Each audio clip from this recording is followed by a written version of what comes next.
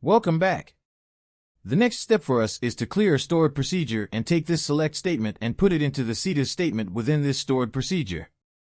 As you know, we already have a similar stored procedure which populated our silver layer. So in order to save a bit of time, I'm just going to clone this stored procedure and make the corresponding changes. So I'm going to call this as 2_USP gold trip data green.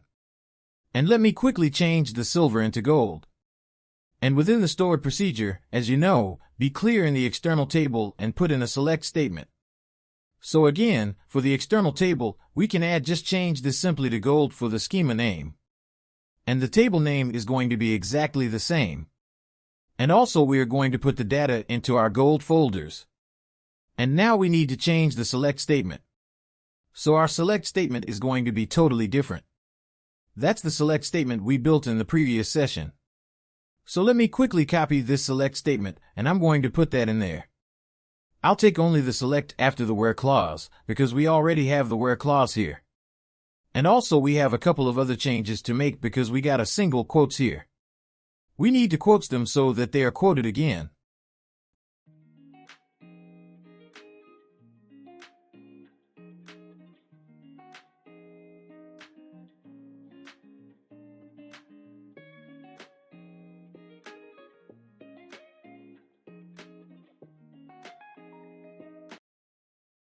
So let me just do that. So that's everything up to the join conditions. As we said, where clause is exactly going to be the same, but we need our group by clause from here. So let me copy that. And that would go after the where clause here. That should be everything on the CETA's statement. And similarly on the drop statement, we just need to change the schema name from silver to gold. So with that, we basically have this stored procedure return in order to execute our exit statement to populate the gold table with the select statement that we wrote in the previous lesson. So let's quickly execute this one, and that should create the stored procedure that successfully created the stored procedure for us. So now we need to execute this stored procedure in order to execute a stored procedure. You would have to use the exec statement. I'm going to use the script.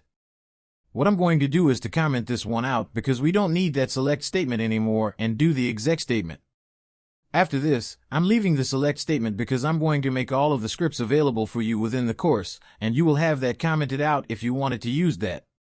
So we're going to use the exec statement here.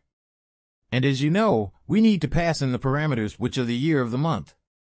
I'm going to do 2020,01, and that's the month we're going to process the data for. So let me quickly execute it and see whether that works.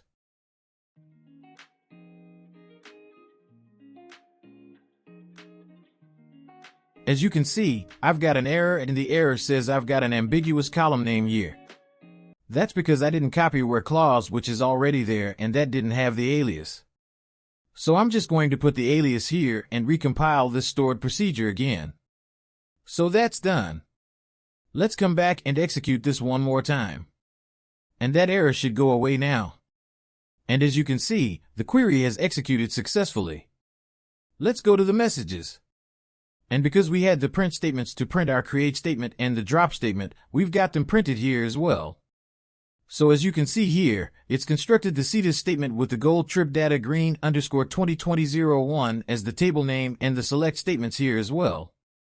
And also, the drop has been executed successfully as well. Let's now quickly look to see whether the data is present in our storage account. So I'm going to switch to the data hub and go over to our storage account.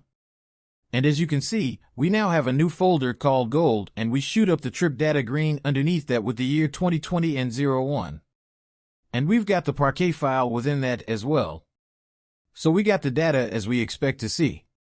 Let's now process the data for all of the other months as well.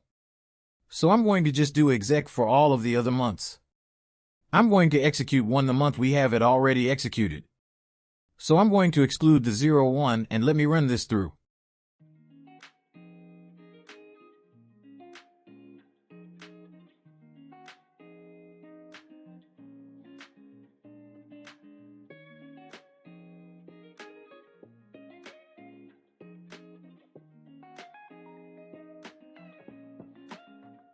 As you can see, the execution has now successfully completed. Let's go over to the Data Hub to make sure all of the data is there. And as you can see, for the 2020, we've got the 12 partitions. And similarly for 2021, you'll see the 6 partitions as well. So now that we've got all of our data in Parquet format in our blob storage or the data lake, the only thing we have left to do is to have a database object which helps us code this data. So as we discussed previously, we wouldn't want to create an external table because that doesn't give us the ability to prune partitions. We want to create a view. So we did that for our silver views previously. So we have to do exactly the same thing. So we'll do that in the next session. But before closing this session, make sure that you will publish this.